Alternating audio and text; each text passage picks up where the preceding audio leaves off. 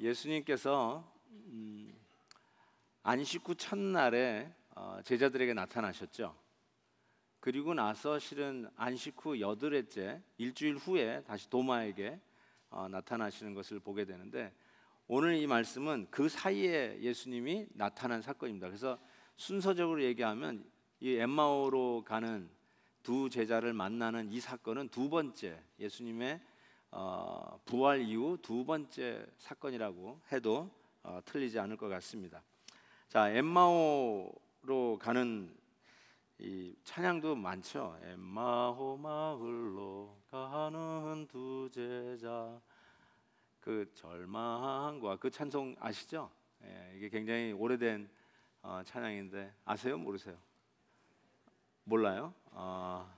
그렇다고 제가 부를 줄 알죠? 절대로. 오케이. 자, 그래서 먼저 이 엠마오가 어딘가 좀 살펴보겠는데요. 실은 정해진 장소는 없습니다. 서로 아직도 디베이트 하고 있어요. 어디가 엠마오냐라고 하는데, 오늘 본문 말씀 보니까 예루살렘에서 약 25리쯤 떨어져 있는 곳이라고 이야기하는데, 이제 헬라어 성경에 보면은 60 스타디온이라고 나옵니다. 우리 계시록에서 스타디온이라는 요 길이 단위를 우리가 처음 접했죠. 지난번 공부할 때. 근데 여기서 60 스타디온이 우리 한국말로 하면 20리 정도, 25리 정도 되고, 10리가 4km죠. 맞나요? 10리가 4km니까 20리 하면 8km. 그래서 25리 하면 한 10km에서 11km쯤 떨어져 있는 곳에 엠마오가 있었다라고 추측이 됩니다. 그런데 한 네 지역으로 이렇게 나눠지더라고요. 저는 그 중에 여기를 가봤습니다. 암바스 혹은 암와스 뭐 이렇게도 이야기하는데, 엠마오가 바로 여기가 아니냐고 주장하는 학자들이 많이 있습니다. 제가 여기 가봤는데 여기가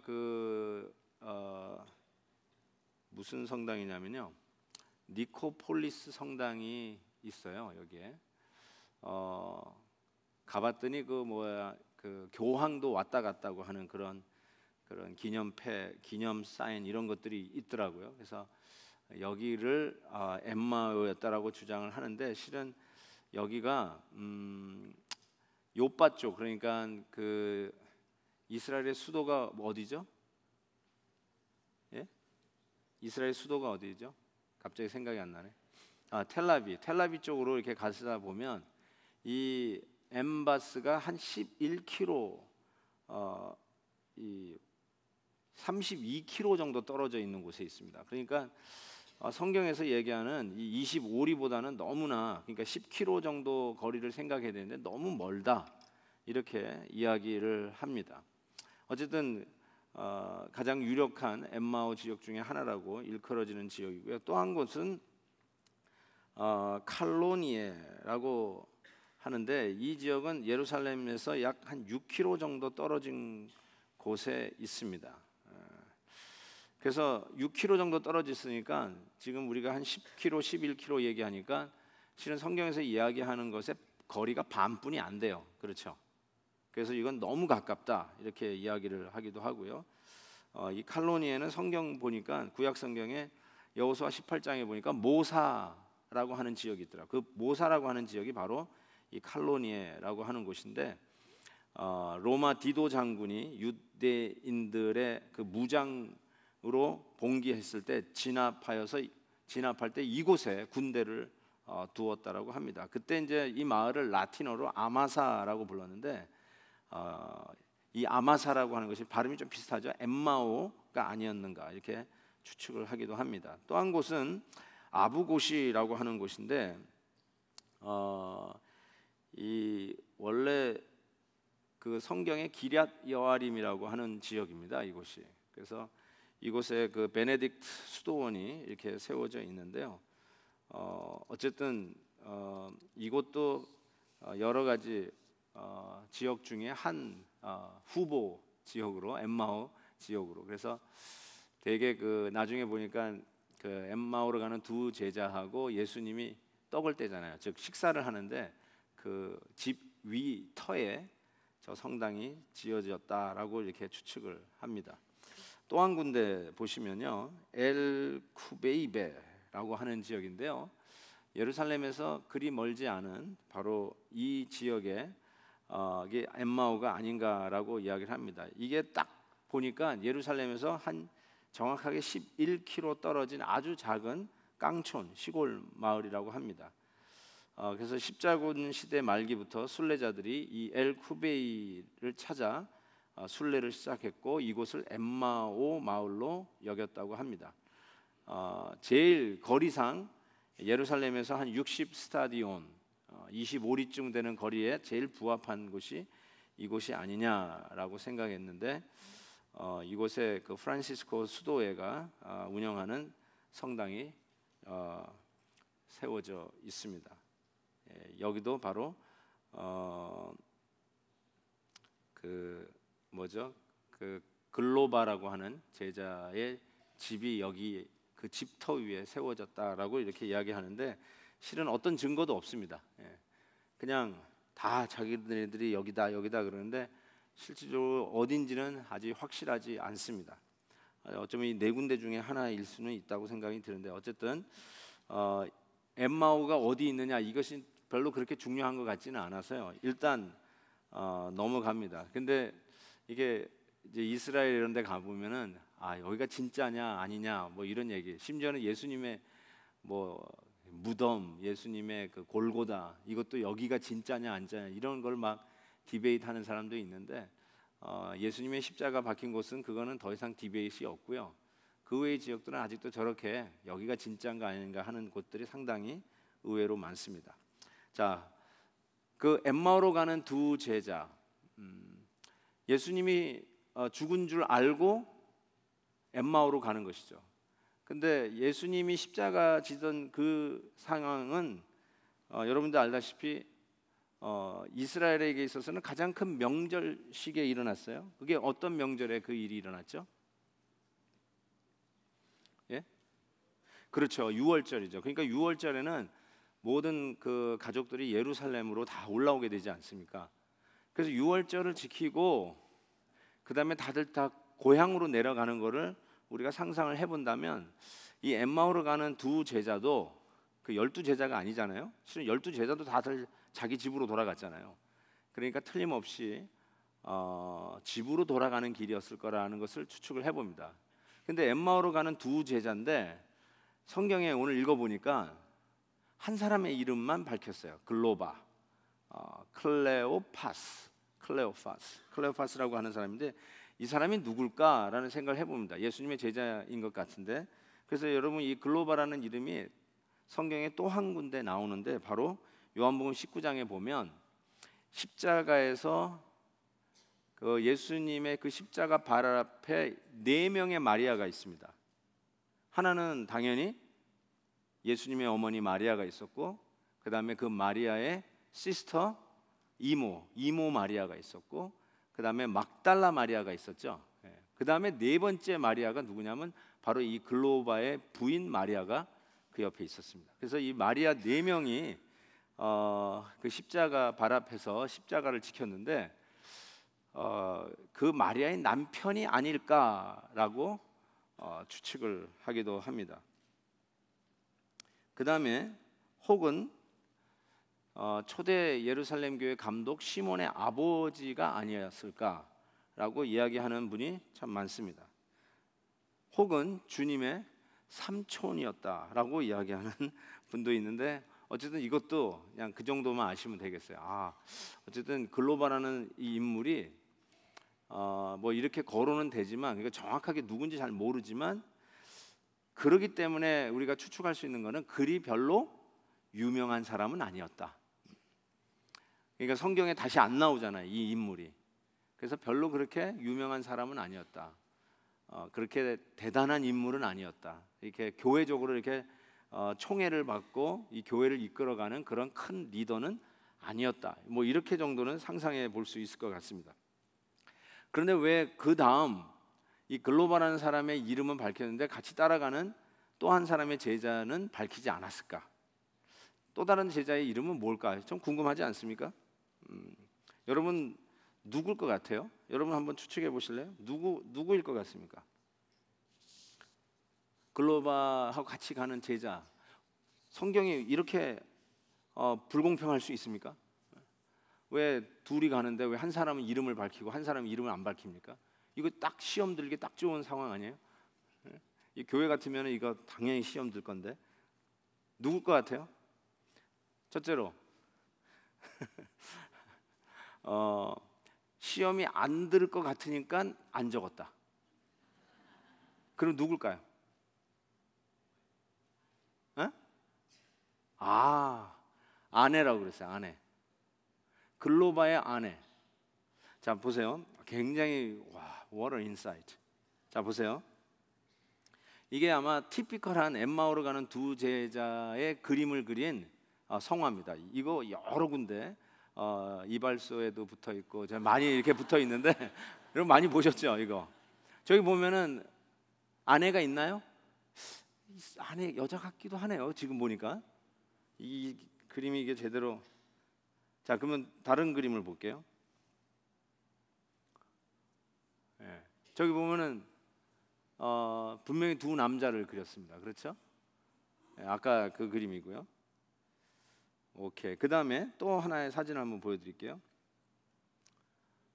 저기 보세요. 저것도 지금 엠마오로 가는 두 제자를 그린 건데 보입니까? 자, 예수님의 오른쪽에 있는 사람은 남자인 게 분명해요. 그 사람이 아마 글로바인 것 같아요. 근데 왼쪽에 있는 사람은 여자를 그렸어요. 그러니까 아까 우리 집사님 말씀처럼 틀림없이 글로바의 아내가 아니었을까. 그래서 이름을 안 적은 게 아닐까, 이런 생각을 해보게 됩니다. 그리고 떡을 떼잖아요. 결국 이렇게 할 때. 그리고 또 저것도 하나의 그림인데 저걸 보세요. 예수님하고 떡을 떼는 글로바와 또 한 제자인데 누군 것 같아요? 여자인데 누군 것 같아요? 아내인 것 같죠? 부부같이 안 보여요? 부부같이 보이죠? 그러니까 틀림없이 아내였을 거라고 추측하는 것이 많은 것 같습니다. 또 다른 사진도 이렇게 봤더니 이렇게 되는데 요거는 또 남자죠? 두 남자를 그렸습니다. 이렇게 식탁에서 떡을 떼는 장면을 두 남자를 그렸어요. 그래서 제 생각에는 아까 6월절 명절을 끝나고 결국 집으로 돌아가는 길이라고 한다면 아내 아니면 저렇게 남자를 그렸으면 누굴까요? 응? 아들. 예. 아내 아니면 아들이었을 것 같아요. 이런 거는요 틀려도 구원에 상관이 없습니다. 그러니까 좀 이렇게 적극적인 참여를 부탁을 드립니다. 아들 아니면 아내였을 것 같아요. 그래서 어쩌면 다른 그림도요. 아까 보면은 약간 나이 든 아저씨하고 좀 젊은 아저씨를 적었는데 아마 부자지간을 그려낸 게 아닌가. 그래서 글로바와 그 한 사람만 이름을 적은 건 아마 틀림없이 가족이었을 거라고 추측을 합니다. 자, 이걸 뭐 서두로 그렇게 중요한 내용은 아니지만 그래도 여러분에게 성경을 읽으면서 이런 것도 한번 궁금해서 찾아보는 그러면은 성경이 훨씬 더 입체감 있게 여러분에게 다가올 수 있을 거라고 생각합니다. 자, 이제 한번 본격적으로 그 내용에 들어가서 왜 예수님께서 갈 데가 많으셨을 것 같은데 부활하신 후에 왜 이 엠마오로 가는 두 제자에게 예수님이 찾아가신 것일까? 그리고 가만히 보니까 성경에 다시 등장하지 않는 인물인데 그래서 미루어 추측건데 12제자를 찾아가는 것은 이해가 되죠. 앞으로 복음 증거를 위해서 하나님이 이들을 사용해야 될 것에 대해서 분명한 것이 있고 그들을 회복시켜야 되는데 왜 이 글로바를 찾아갔을까라는 생각을 해보게 됩니다. 여러분 대개 리더가 한 그룹의 리더가 예를 들어서 바뀌면 그러면 그 주위의 참모가 다 바뀌게 돼 있어요. 그래서 예를 들어 대통령 선거 하잖아요. 그래서 대통령이 바뀌면 당연히 캐비넷 멤버는 다 바뀌게 돼 있습니다. 리더가 바뀌면 애드미니스트레이션이 바뀌는 것은 당연하다고 저는 생각해요. 그러니까 그 바뀐다는 말이 무슨 뜻이냐면 예를 들어서 예수님도 제자들의 그 리더로서 수많은 사람들이 계속 예수님 가는 곳에 다 따라다녔잖아요. 근데 그 예수님이 이제 이거는 바뀌었다고는 할 수는 없죠. 그 자기네들이 존경하며 따르고 어떤 미래를 도모하던 그 제자들이 자기네 따르던 스승이 십자가에 못 박혀 죽었단 말이에요. 이거야말로 엄청난 충격이었겠죠. 그런 가운데 벌어지는 거는 와해죠. 와해. 리더가 사라졌을 때 그 리더를 따라가는 그 그룹들은 완전히 와해를 경험하게 됩니다. 그냥 와해라게 하기보다는 어쩌면 절망이죠. 자기의 집도 자기의 재산도 배도 그물도 다 버려두고 쫓아갔던 것이 제자들 아닙니까? 그런데 예수님만 바라보고 자기네들의 리더만 바라보고 따라갔는데 그 리더가 죽었을 때 따라가 다녔던 제자들에게 있어서는 그것처럼 낭망이고 그것처럼 실망이고 그것처럼 앞이 캄캄한 일은 없었을 거라고 생각합니다. 즉 자기네들에게 있어서 더 이상 소망은 없고 미래는 없다.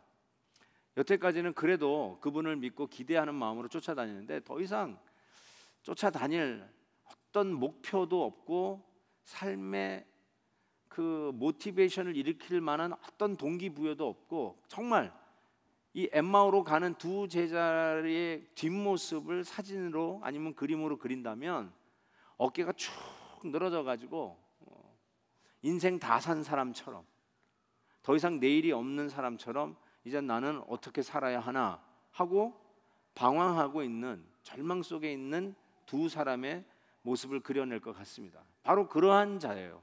그러한 자에게 예수님이 찾아오셨다는 것은 상당히 시리에 빠져 있고 소망이 없고 앞이 캄캄한 상황에 있는 저와 여러분에게 얼마나 위로가 되는 말씀인지 모르겠어요. 예수님이 유명한 사람만 찾아다닌 게 아니라 솔직히 나는 빌라도 함도 한번 가서 만나보셨으면 얼마나 좋았을까 이런 욕심 생겨요. 그러면 빌라도가 얼마나 기겁을 하고 기절을 했을까. 그랬을 때 통쾌함 이런 것도 생각해봤는데 별로 성경에 기억을 하지 않아도 될 글로바라고 하는 이 두 제자 중에 한 사람 이들에게 찾아가셨던 이유는 뭘까? 익명의 사람, 별로 알아주지 않았던 사람, 우리 식으로 얘기하면 별로 중요하지 않은 사람. 그렇지만 그 한 사람도 그 한 제자도 시리와 절망 속에 있었을 때 주님은 그를 놓치지 아니하시고 부활하신 주님께서 그를 찾아가셨다는 사실입니다. 굉장히 저는 이것이 오늘 우리에게 주시는 메시지가 참 크다고 생각합니다. 여러분 교회에서 나는 뭐 아무도 안 알아줄 거야. 목사님도 내 이름 모르실 거야.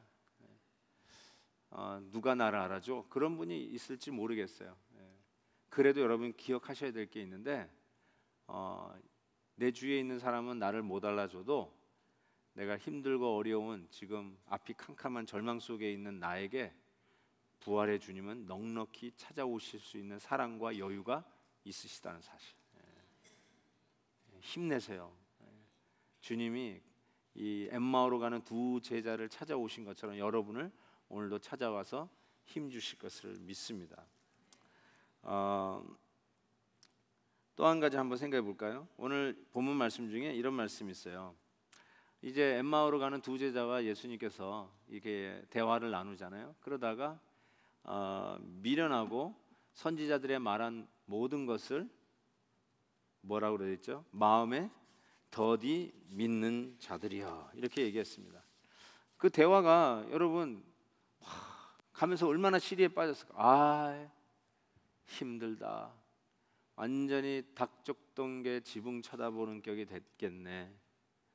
내 인생에 쨍하고 볕들 날이 있을 줄 알았네. 에이 그냥 다 확 날려버렸네. 이제 우리는 뭐하고 사냐. 정말 시간 낭비만 했나 보다. 정말 실망이야. 예수님이 어떻게 그렇게 갈 수 있어? 뭐 이런 얘기 이제 투덜투덜하면서 얘기하면서 갈 때 예수님이 옆에 따라 붙어가지고 무슨 얘기들 하느냐고 물어봤더니 아니 당신은 어떻게 예루살렘에서 일어나는 일 그것도 모르냐고. 아마 당신은 혼자만 모를 거라고. 그러면서 그 얘기를 하지 않습니까? 그때 이제 예수님께서 이들을 향해서 하시는 말이 예수님이 고난을 받은 후에 영광을 받는다고 그렇게도 성경에서 얘기하지 않았느냐라고 하시면서 하는 말이 너희들은 어떻게 마음에 더디 있느냐라는 말을 지적을 합니다. 참 이 부분이 저는 또 하나의 중요한 부분이라고 하고 싶은 것이, 우리가 영적으로 다운되고 영적으로 힘들고 어려울 때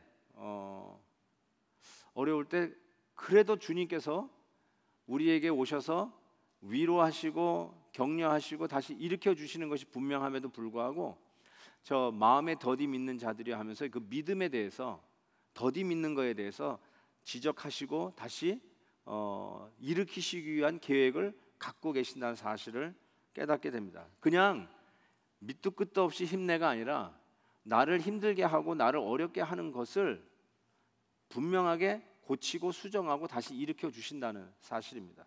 그래서 요한복음 14장, 히브리서 13장을 좀 뛰어넘읍시다. 오케이. 14장을 읽읍시다. 같이. 오케이. 요한복음 14장 같이 읽읍시다. 시작. 또 너희 속에 계시겠음이라 내가 너희를 고아와 같이 버려두지 아니하고 너희에게로 오리라. 예, 맞습니다. 주님께서는 이와 같이 우리를 위로하시고 회복시키시기 위해서 오십니다. 또 히브리서에서도 말씀하시죠. 그가 친히 말씀하기를 내가 결코 너희를 버리지 아니하고 너희를 떠나지 아니하리라. 그러므로 우리가 담대히 말하되 주는 나를 돕는 이시니 내가 무서워하지 아니하겠노라. 확신을 믿고 힘들고 어려운 가운데서 주님께서 나와 함께 동행하신다는 걸 믿고 다시 일어서라고 격려하시면서 무엇을 하시냐면 잘못된 기대를 또한 수정하시면서 내가 왜 이렇게 낭망하고 절망했는가, 이 원인을 주님께서 수정을 또 하세요. 자, 그 누가복음 29장 14절에 보면 그는 하나님과 모든 백성 앞에서 말과 일에 능하신 선지자이언을 이렇게 얘기합니다. 맞는 말이죠. 예수님을 향해서 하는 말이에요. 우리 예수님이 말씀도 잘하시고 능력이 있으셨죠. 오병이어의 기적이 있지 않았습니까? 안진뱅이를 일으키시는 기적, 눈먼 자를 눈뜨게 하셨던 그런 기적, 심지어는 죽은 나사로도 살리셔내는 그런 기적. 그러니까 말씀에 능했고, 야, 저 말에 권세가 있다. 누구시기에 저렇게 말에 권세가 있어서 저 풍랑도 순종하는고라고 했단 말이에요. 말에 능하셨고 또한 능력이 있으셨던 그 주님, 맞아요. 이거는 100% 판단한 것입니다. 그런데 우리 대제사장들과 관리들이 그런데 그분을 사형 판결에 넘겨주어 십자가에 못 박았다라고 이야기를 합니다. 그래서 보세요. 이 사람이 이스라엘을 구속 혹은 속량할 자라고 바랐노라, 이렇게 얘기합니다. 우리는 기대하기를 그가 이스라엘을 속량 구원할 자로 생각했는데, 그렇게도 말씀도 잘하시고 그렇게도 능력을 많이 베푸신 분이 앞불사 우리 대제사장과 관리들에 의해서 심판의 사형 판결로 십자가에서 죽게 되었다, 이렇게 얘기했단 말이에요. 자, 여기에서 뭘 하나 수정하려고 하냐면요, 여러분, 이들의 기대가, 예수님을 향한 기대가 뭐였냐라는 것을 확실하게 보여줍니다. 이들이 이야기하기를 그들은 이 예수님이 이스라엘을 속량 혹은 구속할 자라고 이야기를 하는데, 그들이 기대했던 것은 정치적 메시아였어요. 정치적 메시아. 그러니까 힘으로 자기 자신들을 이 로마의 압제에서부터 건져내시고, 그리고 그 말씀과 능하신 그 능력으로 한 사람은 좌편에 한 사람은 우편에 세우기를 기대했고, 그리고 그 예수님을 우리의 왕으로 모시고 뭔가 새로운 킹덤, 새로운 나라, 그래서 이제는 우리가 자청령 우백호하고 우리가 뭐 국방부 장관하고 내무부 장관 하면서 정말 저 예수님, 저 신비한 능력을 가지고 있는 예수님과 뭔가 한번 이제 이스라엘의 부귀 영화를 한번 회복해 보리라 라고 하는 어떤 정치적인 그런 킹덤을 생각하고 있었다는 사실이에요. 그들은 어쩌면 그가 이스라엘을 속량, 구속, 리딤할 것이라고 기대했다라고 하는 그 말이 실질적으로는 어떤 영적인 의미를 갖고 있는지도 모르면서 정치적인 메시아를 기대하고 있었다는 사실입니다. 여러분 알다시피 redeem이라는 말이 어떤 의미입니까? 지난번에 세월을 아끼라 할 때 세월도 redeem이라는 단어를 썼다라고 제가 말씀을 드린 적이 있는데, 여러분 그 redeem에서 나온 명사형이 ransom이에요. ransom. 그 ransom이라고 하는 영화 아시죠? 제가 영화 그 ransom이라는 영화를 정말 재밌게 봤는데 동부에 있었을 때인데 저 ransom 영화가 탁 나왔는데 어느 장로님이 저에게 전화를 하셨어요. 목사님, 네, 랜섬이라는 영화가 나왔는데 가십시다. 그래서 갈게요, 안 갈게요? 예, 갔습니다. 가가지고 나이 드신 장로님하고 보는데 재미있었을까요? 재미없었을까요? 재밌었습니다. 예, 영화는요 옆에 앉아 있는 사람 별로 신경 안 쓰이더라고요. 영화만 보면 되니까. 근데 그때 그 랜섬이 뭔지 아시죠? 랜섬. 그 멜 깁슨이 주연인데 멜 깁슨의 아들이 유괴당했어요. 그래가지고 유괴범에게 내가 그 유괴범이 요구하는 랜섬, 그 머니, 돈을 갖다 줄 테니까 우리 아들을 돌려달라. 그래서 그 소위 그 협상하잖아요. 네고시에이션 하잖아요. 그때 랜섬이라고 그래요. 그거를 랜섬이라고 그래요. 자, 다시요. 리딤이라는 말이 그런 뜻이에요. 우리가 사탄에게 포로되어 있는데 예수님이 우리에게 오신 이유는 그래 너랑 나랑 같이 한 자리 해 먹자. 그러기 위해서 오신 분이 아니라 실은 죄 가운데 지금 사탄의 손아귀에 있는 우리들을 끄집어내기 위해서, 유괴되어 있는 우리들을 자유케 하기 위해서 당신 자신이 랜섬이 되어서 페이오프하는, 그게 이제 십자가죠. 그런 의미에서 예수님이 오신 것을 이야기합니다. 그렇죠? 그게 바로 이제 구속의 의미였다는 것이에요. 그러니까 우리가 정말로 그리스도 안에서 바라는 것들이 무엇인가? 그거를 우리가 꼭 점검해 볼 필요가 있습니다. 여러분이 정말로 예수 믿어서 기대하는 것이 무엇인가?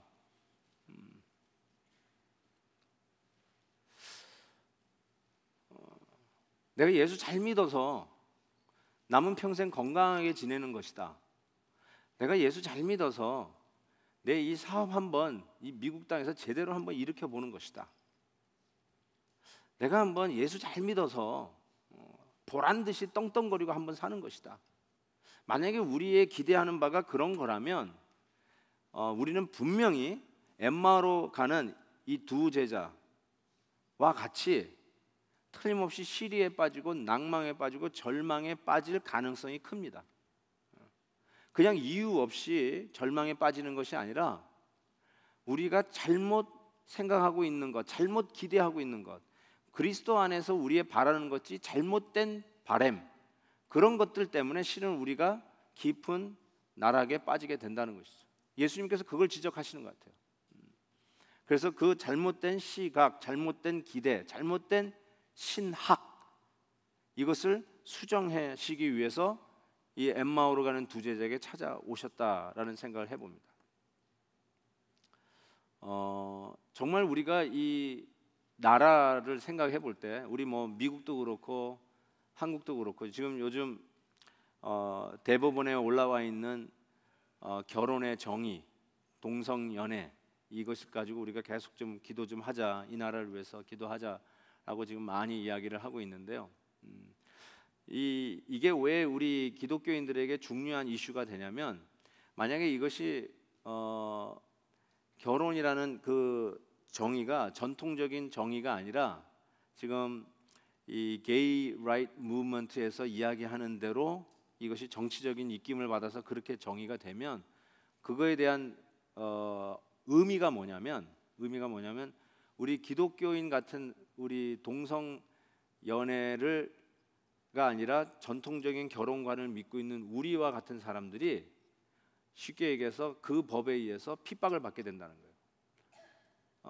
핍박을 받는다니까 좀 이상한데 불법을 행하는 자들이 되고야 만다는 것입니다. 실은 이 나라가 헌법이 언론의 자유가 있잖아요. 그렇죠? 종교의 자유가 있잖아요. 그런데 참 희한한 것이 이 법이 대법원에서 통과되면 더 이상 이 나라는 특별히 기독교인들, 동성 연애를 반대하는 자들은 그 종교의 자유가 없는 거예요. 그래서 거기에 대한 것이 불법이 되는 것이죠. 아들이 동성 연애자예요. 그래서 아버지에게 얘기합니다. 또 다른 남자친구 데려와서 우리 결혼하겠다고 그럽니다. 아버지가 반대합니다. 그러면 그 아들이 수를 할 수 있는 거예요. 우리 아버지 잡아가라고. 이게 참 기가 막힌 일이죠. 물론 교회에서 그와 같은 것이 잘못되었다라고 설교하는 자는 동성애자 혐오증인가요? 그것으로 인해서 감옥을 가게 되는 날이 곧 오게 되는데, 한국도 비슷하다고 그래요. 지금 한국도 지금 이 게이 레스비언 무브먼트가 굉장히 강하게 일어나고 있다고 그래요. 지난번에 운전하고 가다가 이 미주 복음 방송에서 그 한 목사님이 나와가지고 간증하는 걸 들었는데, 그분이 자기가 동성연애자였다는 거예요. 그러다가 이제 회심을 하고 지금은 신학교에 가고, 그리고 이제 목사가 된 사람인데, 들어보셨는지 모르겠어요. 이요나 목사님이라고. 그분이 여기 미주복음 와서 이제 인터뷰를 하면서 자기의 그런 그 과거 동성연애 시절 이야기를 하는 거예요. 그러면서 이제 이게 자라가면서 소위 그 초등학교 때인가 이런 동성연애적인 그런 게 이게 나타난 거예요. 그러면서 이제 동성에게 끌리고, 그러다가 막 스킨십을 하다가 뭐 그냥 그 친구가 그냥 소스라치게 놀라고, 그러면서 이제 모든 관계가 어색해지는 거죠. 좀 그런 사회 속에서 자라가는 그런 아이들을 생각해 보면 굉장히 마음이 아픕니다. 그러면서 이제 커가는데 나이가 돼가지고 이제 부모님이 이제 자꾸 이제 중매를 해주는 거죠. 장가 가라고, 장가 가라는데, 이제 그 아버지가 좌우지가 뭐는 이런 큰 논을 갖고 있는 분을 뭐라고 그러죠? 만석군? 네, 만석군이고, 그 어머니는 불교 자우지감 그쪽에서 굉장히 높은 분이라고 들었어요. 근데 이제 이분이 도저히 자기는 선을 못 보겠다. 그리고 드디어 부모님에게 얘기하는 거예요. 나는 동성연애자라고. 나는 도저히. 근데 여러분, 무슨 일이 일어났냐면, to make the story short, 그 어머니가 유언을 남기고 자살을 해버렸어요. 그러면서 너 제발 동성연애자로 살지 마라. 그러면서 뭐 그 누이에게는 네가 엄마처럼 동생을 좀 봐달라고 그러고, 그 밑에 있는 동생에게 너 형 말 잘 들어라, 그런 유언을 남기고 엄마가 자살을 한 거예요. 자기 아들이 동성연애자라고.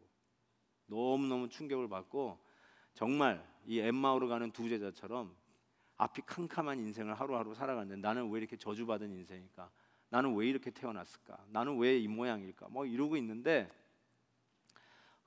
그 누님이 되는 분이 이제 일본에서 건너와서 이 이요나, 그때는 목사가 아니니까 이요나 씨에게 복음을 전하는 거예요.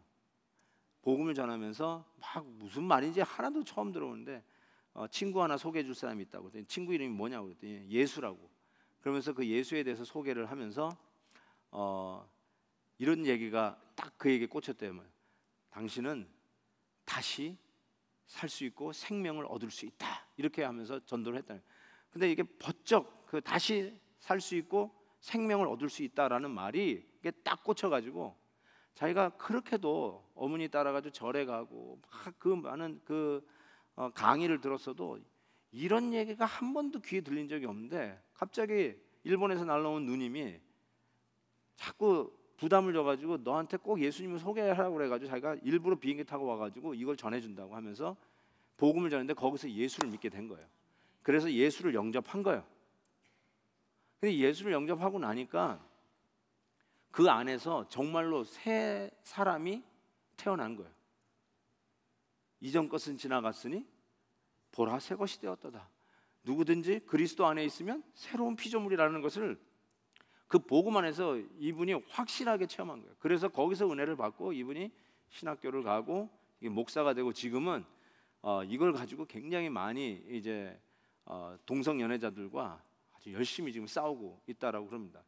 많은 자들이 이제 자기는 이제 I was born with it 하면서 그 지네릭한 거를 내가 가지고 태어났다고 이야기하는데, 이 목사님 말은 안 그렇다는 거예요. 그게 어떤 영적인 그 암흑의 도착증, 뭐 something like that. 그래서 아니라는 겁니다. 그 동성연애자의 DNI와 이 이성 연애자들의 DNI가 똑같다는 거예요. 뭐 염색체가 좀 달라가지고 원래 이게 염색체가 이상이 있어가지고 동성연애자 태어나 그런 게 아니라는 거예요. 이게 죄악의 영향이라는 거예요. 죄악의 파워로 그렇게 하기 때문에 그리스도 안에 있으면 새로운 피조물이다. 복음의 능력으로 고침 받을 수 있고 뒤집을 수 있다는 거예요. 우리 아까 찬양해 주신 거예요.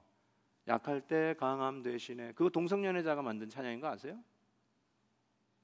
모르셨죠? 동성연애자였던 분이 만든 거예요.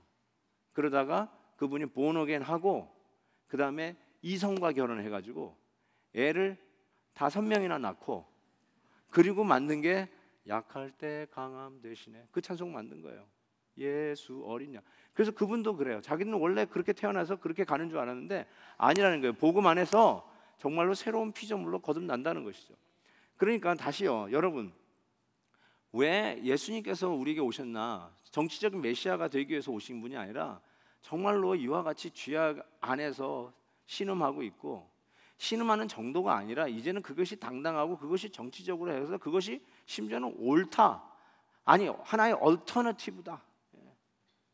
그래가지고 초등학교 때 애들이 배우는 교과서가 My Daddy's Roommate, 그런 거를 아이들이 읽고 배워야 하고 그것이 하나의 얼터너티브 라이프스타일이라는 걸 가르쳐주는 이 공립학교 시스템 속에서 우리 아이들을 우리가 과연 어떻게 키울 것인가, 이게 심각한 크리스찬들의 숙제 아니에요? 여러분, 그래서 기도해 주세요. 대법원 법관들에게 하나님의 지혜를 달라고 기도해 주세요. 이 5대 4로 나눠지면 됩니다. 좀 기도를 많이 하셔야 될 것 같습니다. 자, 그 연약하고 낭망한 엠마오로 가는 두 제자를 위로하고 격려하고 일으키시기 위해서, 그리고 그가 낭망한 이유가 메시아에 대한 잘못된 기대인 것을 깨닫게 하셔서 제대로 고쳐주셔서 다시 그들을 회복시키기 위해서 주님은 그들에게 찾아오셨다고 할 수 있고요. 또 하나는 부활을 믿게 하기 위해서 찾아오셨다라고 이야기할 수 있습니다.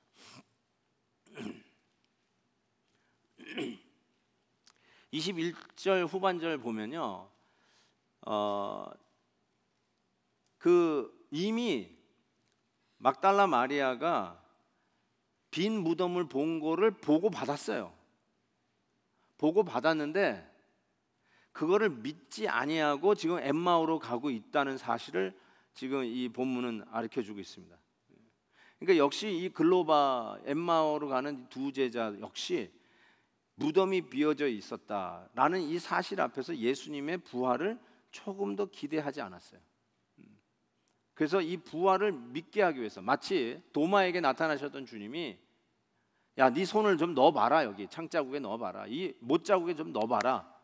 그래서 믿지 못하는 자가 되지 말고, 의심하는 자 되지 말고 믿는 자가 되라 하면서 그들에게 오셔서 믿음을 회복시키기 위해서 찾아오셨던 것처럼, 실은 엠마오로 가는 두 제자에게도 예수님이 그 무명의 별로 그렇게 탁월한 것 같지 않은 이 익명의 제자에게도 와서 주님이 원하셨다는 것은 이 부활을 믿게 하기 위해서 찾아오셨다는 것이에요. 그래서 이 더디 믿는 자들아 라고 이야기하지 않았습니까? 정말로 더디 믿었어요.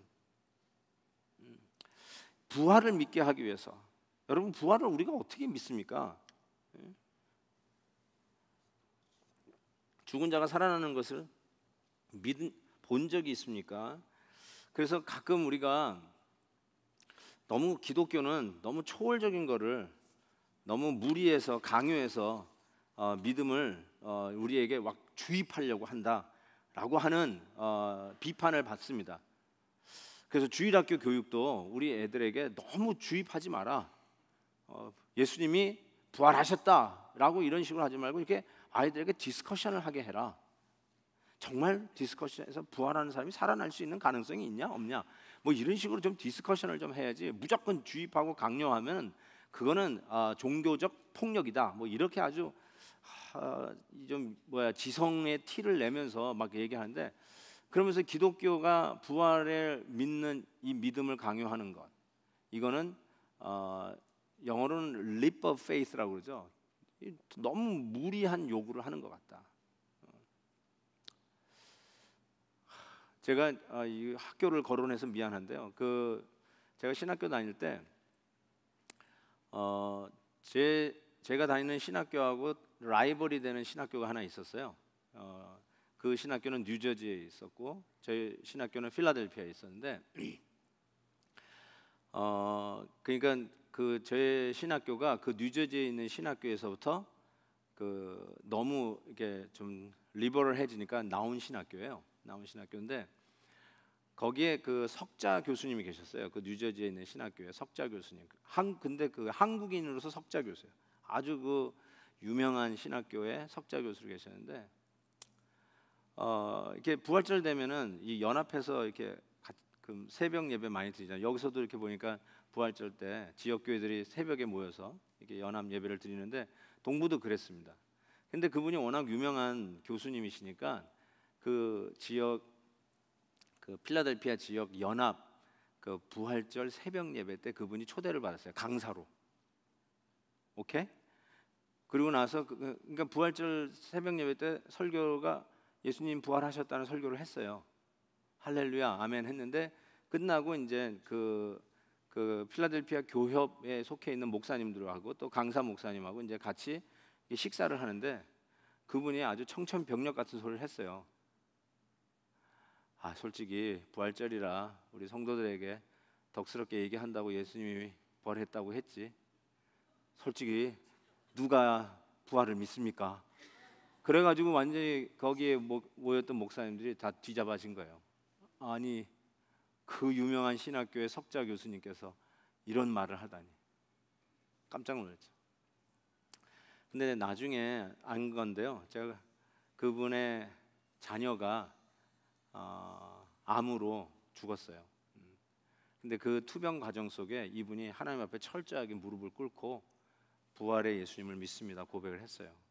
그리고는 더 정말 경건한 교수로서 지금은 은퇴하셨지만 그 신학교에서 섬겼다는 얘기를 훗날 들었습니다. 근데 여러분은 어떻게 생각하세요? 그 유명한 석학도 우리 솔직히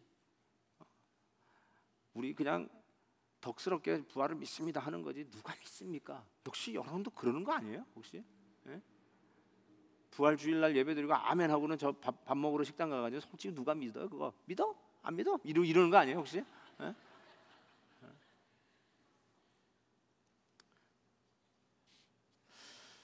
저는요, 저는 이렇게 좀 생각했으면 좋겠어요. 오케이, 부활이 없다고 치십시다. 제가 이런 가정을 잘하죠. 부활이 없다고 치십시다. 부활 없어요. 오케이? 부활 없는 거예요. 자, 그러면 그리고 하루를 살 수 있는 이유가 있나요? 모르겠어요. 제가 너무 철학적이라서 그런지 모르겠지만 부활이 없다면, 쉽게 해서 천국이 없다면 오늘 하루를 이 어려운 삶을 살 이유가 있습니까? 저는 이렇게 생각합니다. 부활은 없다고 믿고 오늘 하루를 행복하게 살으라고 하는 그 말이 그게 너무나 무리한 신앙 요구를 하면서 부활을 믿으라고 하는 것보다 더 훨씬 어려운 믿음인 것 같아요. 부활 없이 어떻게 하루하루를 삽니까? 다시 사는 것이 없다. 회복이 없다. 새 생명이 없다. 지금 내가 힘들지만 이 세상 끝나고 나를 영접하시고 반겨주실 우리 주님이 계시다. 저 천국이 나를 기다리고 있다. 이거 없이 오늘 하루도 삶의 현장 속에서 부대끼는 그 모든 갈등의 현장, 아픔, 심지어는 투병 생활, 몸 아프신 분들 어떻게 하루를 견딥니까? 천국이 없는데. 솔직히 천국이 없으면 저는 하루도 못 견디고 그냥 죽어야 되는 거 아닙니까? 살 이유가 뭐예요? 몇몇 백만장자만 행복하게 살 수 있다고요? 천국이 없어도? 아니요. 무슨 의미로요? 결국 흙으로 끝날 인생. 나는 그게 더 힘들 것 같아요. 아무런 의미가 없어요. 돈 버는 이유도 없고 교육하는 이유도 없고 건강해서 맨날 가서 짐에서 못 만들려고 하는 그것도 아무런 이유도 없는 부질없는 일 아니에요? 천국이 없는데, 다음이 없는데, 소망이 없는데.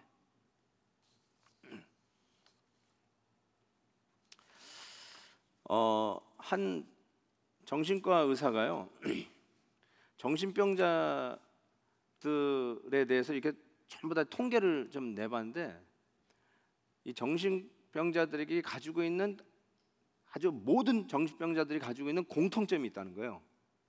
그게 뭐냐면 영어로요 apathy, A-P-A-T-H-Y, 그러니까 무감각, 무감정, apathy of mystery 이렇게 썼어요. 미스테리에 대해서 전혀 감각이 없대. apathy of mystery. 그게 정신병자들이 갖고 있는 공통점이래요. 그게 무슨 말이냐면 신비에 대한 기대감이 없는 자들이 정신병자래요. 이걸 조금 더 이해할 수 있는 말로 바꾸면 기적을 기대하지 않는 무감각한 마음이 정신병자들이 갖고 있는 공통점이래요.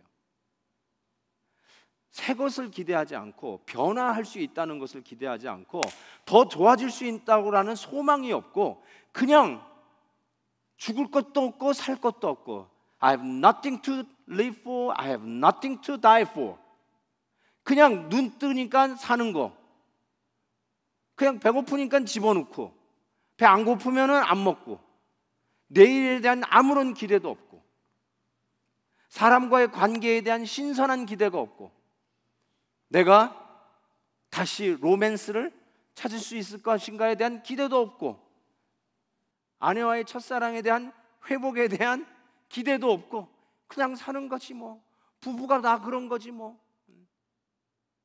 신앙생활에 대한 어떤 기대도 없고 더 충만하고 더 하나님 앞에 가까이 나가고 교회 생활 얼마든지 충만하게 기쁨으로 할 수 있다는 것에 대해서 전혀 기대도 없고 그냥 죽지 못해서 교회 다니는 사람처럼 얼굴에 먹구름을 가지고 다니는 사람들, 교회 다니면서도 예배 드리면서도 찬송하면서도 무표정, 무감각, 무기대, apathy of mystery, 미스테리에 대한 전혀 없는 아무런 감동도 없는 거. 그게 뭐냐? 정신병자들이라는 거예요. 그러고 보니까 내가 약간 정신병 증세가 있는 것 같아요. 그런 거 안 느끼세요? 솔직히 뭐에 대한 기대가 없어. 여러분, 우리가 계속 가정 회복 시리즈를 계속 하고 있는데 가정 회복에 대한 기대 있으세요?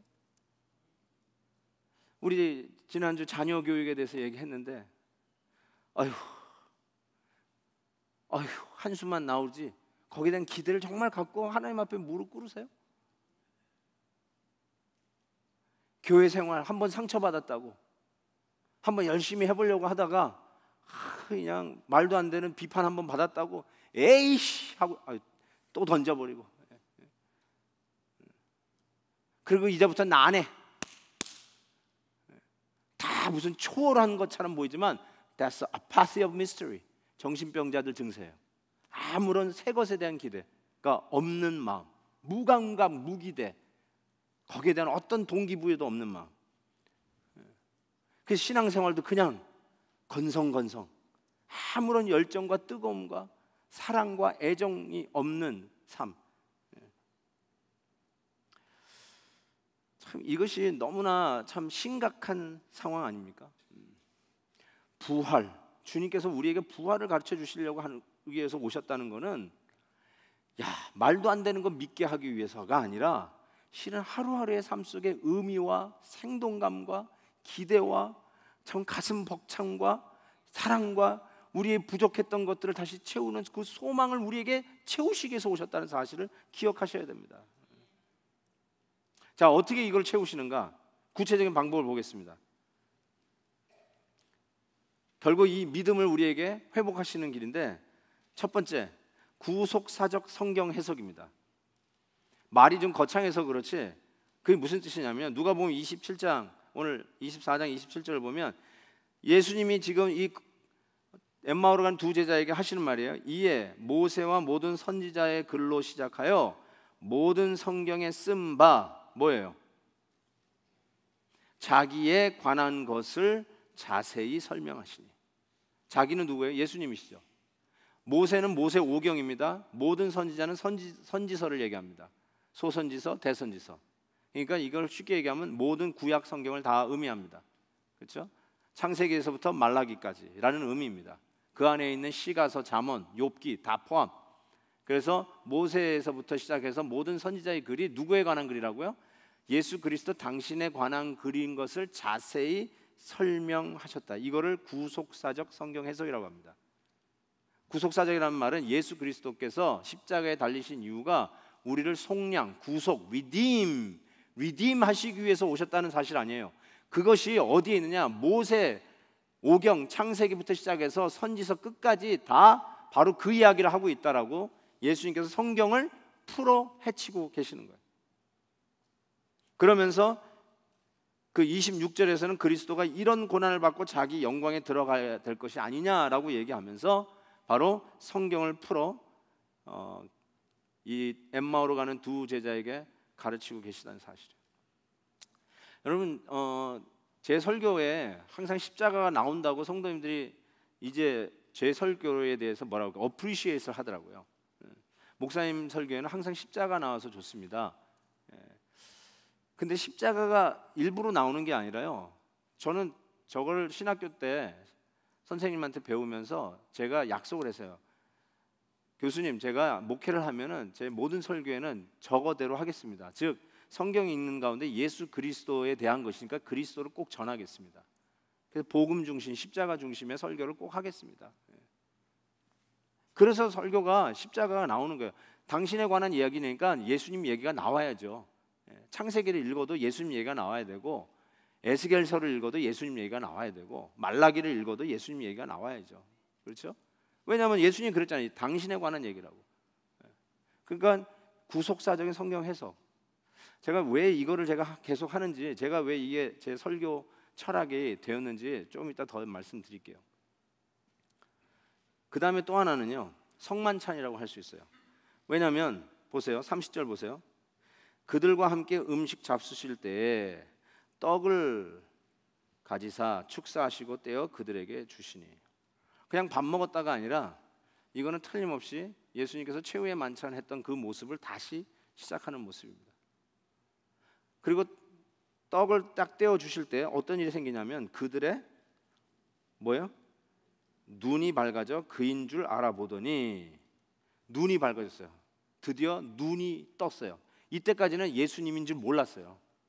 예수님이 같이 거기서 성경을 풀어주는데 예수님인지 몰랐어요. 드디어 떡을 먹고 눈이 떴어요. 성찬식 우리 교회가 좀 더 자주 해야 된다고 생각하는데요, 성찬식이요, 이렇게 중요하다는 거예요. 성찬식을 제대로 하면 영적 눈이 떠요.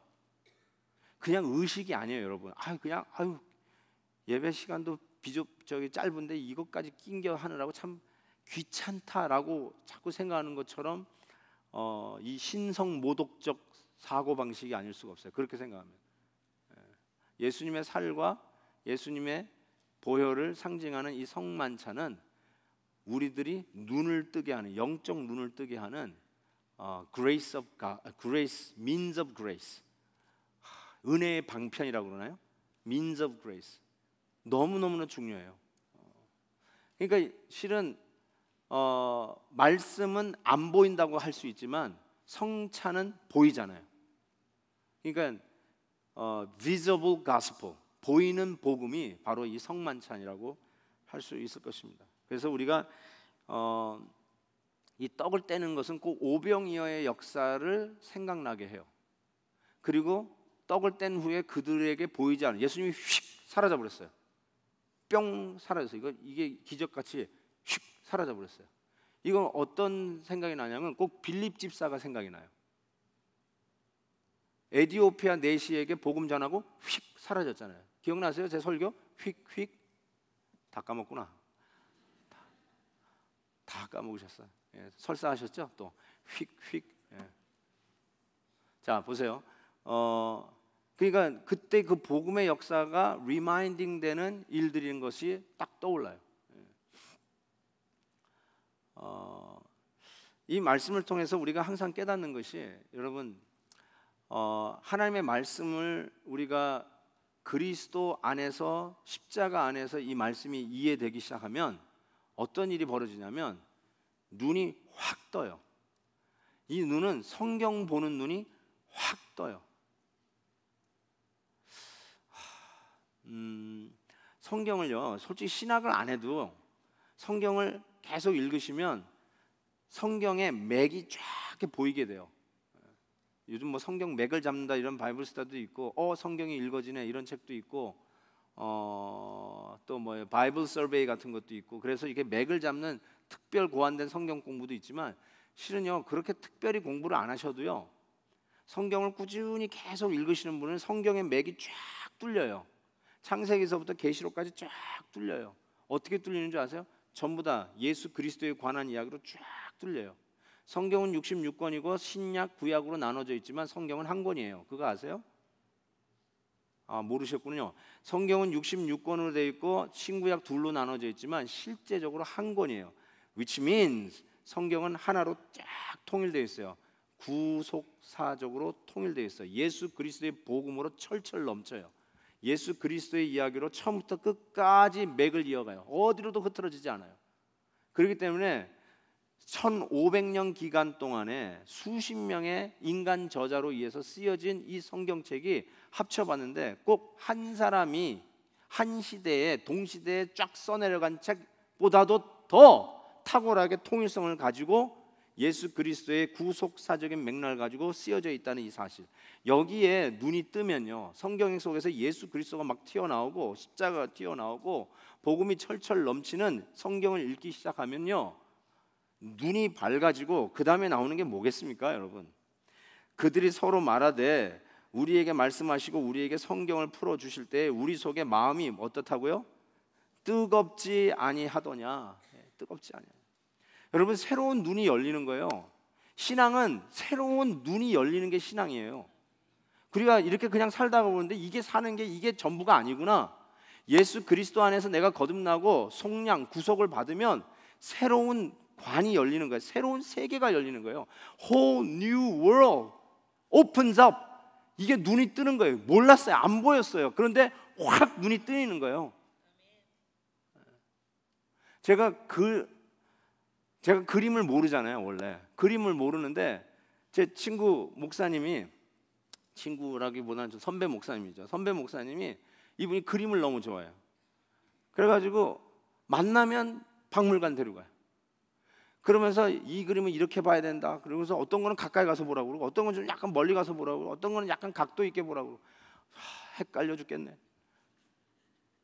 그때 한번 필라델피아에 제가 네트워크 갖고 있는 열린 말씀이라고 하는 컨퍼런스를 할 때였는데, 그 목사님이 필라델피아에서 목회를 해요. 그러니까 필라델피아 뮤지엄에 데려가는 거야. 그 락키 영화 아세요? 락키 영화가 그 필라델피아 뮤지엄에서 찍었는데, 그 가면은 필라델피아 뮤지엄 앞에 락키 동상이 저 아래에 있어요. 그 영화 찍은 것 때문에 필라델피아가 굉장히 유명해져가지고 그 공로를 인정해가지고, 그 예술 작품은 아닌데 락키 동상이 있어요. Anyway, 거기 갔더니 그때 빈센 반 고흐 그 작품이 진열돼 있었어요. 그래서 이제 보게 됐는데, 제가 그 중에 그림 하나만 보여줄게요. 이게 뭔지 아세요? 이게 반 고흐가 그린 그림이에요. 이게 활짝 핀 알몬드 줄이에요. 이게 그의 그 유일한 후원자가 그의 남동생 세오가 아들을 낳았어요. 자기 남동생 아들을 그거의 선물로 그린 그림이에요. 잘 안 보이시겠지만 저걸 가만히 이렇게 쳐다보면요, 그 생명력이 느껴져요. 저 그림에서 애가 태어난 거에 그 기쁨이 막 느껴져요. 실은 굉장히 우울하고 좀 비극의 화가 아닙니까? 이게 막 하면서 저는 그 몰랐는데 이게 그림을 그분대로 따라 보니까 이게 보이더라고. 이게 보이는 거죠. 그렇다고 내가 마스터가 아니에요. 전혀 모르는데 그런 거구나. 이건 유명하죠. 이건 유명한데 여러분 저거 보고 뭐 느끼세요? 아무것도 안 느낄 수 있어요. 못 느끼시죠. 뭐 그림을 아는 게 있어야죠. 그죠? 그냥 아무것도 안 느끼는 거예요. 근데 저걸 보고 또 문이 확 열릴 수 있다니까요. 확 열려. 빈센트 반 고흐가 이 정신병자였잖아요. 그리고 평생 가난하게 살았어요. 거의 굶어 죽었죠.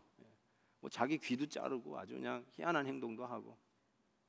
그래서 그 그림들 보면 뭐 이게 Starry Night, 별이 빛나는 밤에 그런 그림들 보면 이게 정상인이 그린 것 같지 않고, 그런데도 불구하고 동생이 앞으로 형의 그림은 이 세계가 알아주는 그림이 될 거야 하면서 계속 끝까지 후원하잖아요.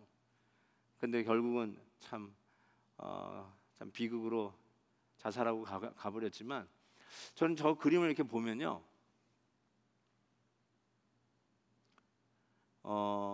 이건 그냥 제가 느끼는 거예요. 저 안에 그 꽃병 안에요, 꽃병 안에 저게 막 다 이렇게 우격다짐으로 들어가 있다가 저게 확 튀어나온 것 같아. 난 그렇게 느껴요. 그래가지고 그 안에 갇혀가지고 뭐 우라병이 되고 그냥 답답하고 그냥 눌림받고, 그 답답했던 영혼이 저 그림을 통해서 확 표출되는 것 같아요. 나는 그렇게 느껴요. 안 느끼죠? 네. 네. 저는 저기 그림 보니까 그게 막 느껴요. 여기서 뭐가 막 묻혀있던 게 막 튀어나온 거예요. 제가 그냥 저거 하나 설명하는 거예요. 뭐냐면요, 눈이 밝아져요. 여러분, 저 그림 하나만 이렇게 봐도요 새로운 관이 열려요. 신앙은요 it's much more than that.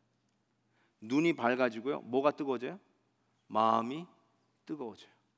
이게 바로 아파트에서 파티로 바뀌는 거예요. 그리스도 안에 있는 자는 새로운 피조물이라. 불가능하고 답답하고 길이 막혀있고 어찌할 바 모르고 침울하고 정말 내 인생에 아무 의미도 없고 그냥 다람쥐 쳇바퀴식으로 매일매일 아주 지루한 인생을 살고, 내일은 내가 뭘 위해서 무엇을 하며 살까 아무런 이유도 없는 그런 참 무의미 건조한 인생길에서 우리 주님을 만났을 때 갑자기 눈이 열리고 마음이 뜨겁지 않더냐, 패션이 살아나고 살아갈 이유가 생기고 목표가 생기고, 아무리 답답해도 새로운 미래를 향해서 도전하고 싶은 마음이 생기고, 죽으라 하는 형편이라 할지라도 예수 안에서 산다가 생각이 나고, 정말 신앙이라는 것이 이런 것이구나 라는 새로운 도전이 생긴다는 거죠. 여러분, 예수님, 부활하신 예수님이 승천하시기 전까지 정말 기가 막힌 사역들을 하시는 것 같아요. 이 사역이 없었으면은 십자가 죽은 걸로 진짜 다 이렇게 끝났을 인생 같아요. 야, 예수님 죽었구나, 우리도 죽었다 하고 터벅터벅 어깨 축 처진 모습으로 해지는 그 태양을 바라다 보면서 걸어갈 수밖에 없었던 인생. 그런데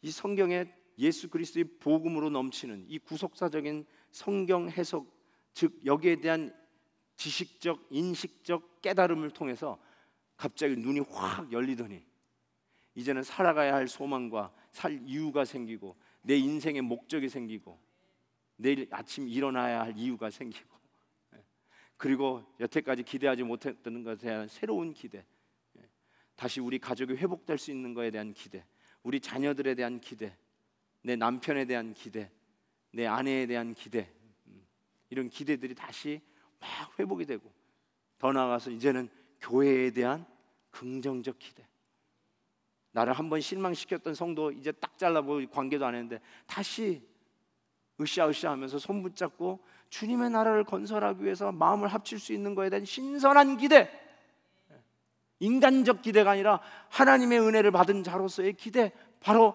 하나님께서 내 마음에 주신 이 뜨거움 때문에 성경을 읽으면서 다시 복음의 눈으로 새로운 세계가 열리고 새로운 목적과 새로운 인생관이 열리는 바로 그 뜨거움 때문에 자연스럽게 마음의 문이 열리고 함께 다시 손 붙잡을 수 있는 신선한 기대, 이 기대 말이에요. 이것이 바로 부활을 믿는 성도들이 마땅히 누려야 할 축복이라고 저는 믿어요. 부활을 믿으면서도 검은 구름, 먹구름을 가지고 다니는 사람들, 부활을 믿으면서도 새로운 것에 대한 도전 기대가 없는 사람들, 부활을 믿으면서도 할 수 있다라는 것에 대해서 도전하지 아니하고 믿음에 도전을 하지 아니하고 포기해버리고 될 대로 살아라 하고 아무런 감각과 기대가 없는 삶을 산다면 그 사람은 결단코 부활을 믿는 사람이라고 할 수 없다는 것입니다. 여러분, 부활을 믿습니까? 믿는 사람처럼 눈이 밝아지시고 가슴이 뜨거운 자로 살아가시기를 주님의 이름으로 축복합니다. 해봅시다.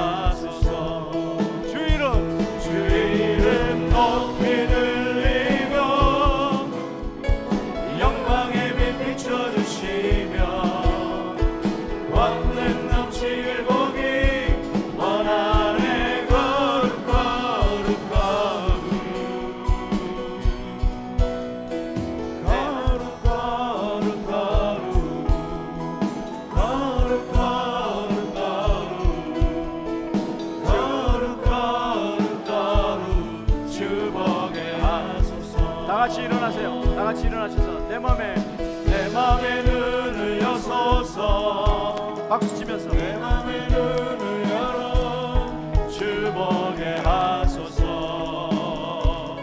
주 보게 하소서.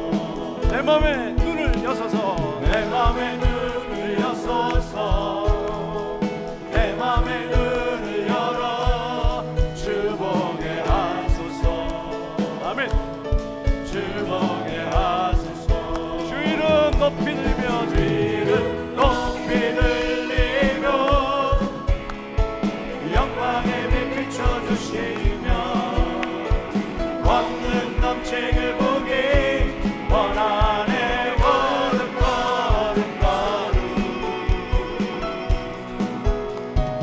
걸음 걸음 걸음 걸음 걸음 걸음 걸음 걸음 주 보게 하소서. 우리 같이 한번 기도하겠습니다.